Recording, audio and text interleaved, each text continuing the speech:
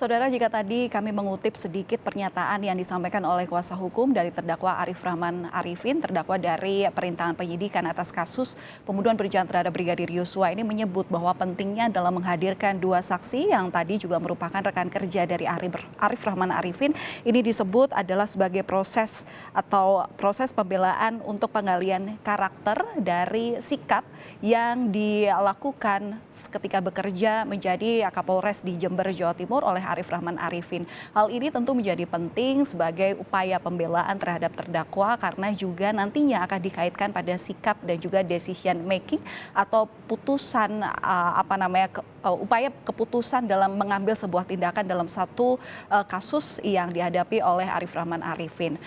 Selain menghadirkan dua saksi yang meringankan, saudara, tim kuasa hukum dari Arif Rahman Arifin ini juga menghadirkan sejumlah ahli yang meringankan.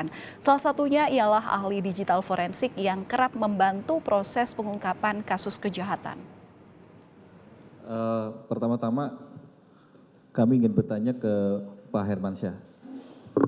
Pak Hermansyah tadi kan ketika ditanyakan identitas juga disebutkan bahwa Bapak adalah memiliki sebagai konsultan di suatu perusahaan konsultan digital ya.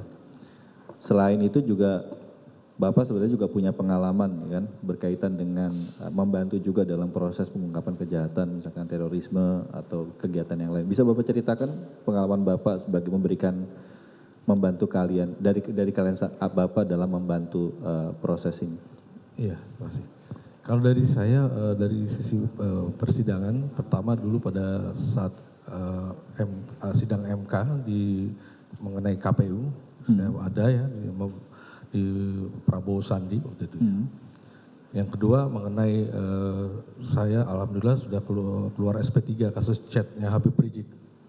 Saya waktu itu menjadi katakanlah walaupun belum masih berjes ya, jadi belum pengadilan, saya menjadi ahli IT di sistem chat Habib Rizik waktu itu.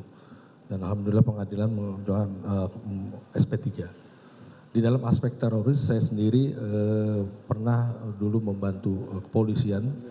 Saya membuat suatu alat yang saya pelajari dari luar negeri yang digunakan kepolisian. Saya melakukan sistem location tracking tanpa aplikasi.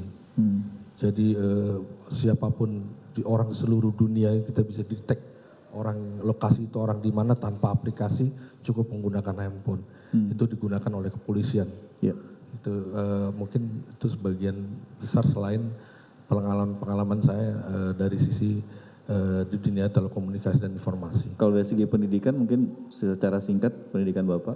Ya, pendidikan saya ITB di Teknik Fisika, tapi saya sendiri setelah lulus dari ITB ini hampir melanglang seluruh dunia ya, jadi belajar ke Amerika, Inggris, Perancis, Australia, jadi hampir seluruh dunia saya belajar bagaimana mengadopsi teknologi yang ada di luar dan digunakan di Indonesia. Jadi beberapa teknologi yang saya gunakan saya pelajari di dunia internasional itu banyak diterapkan di Indonesia.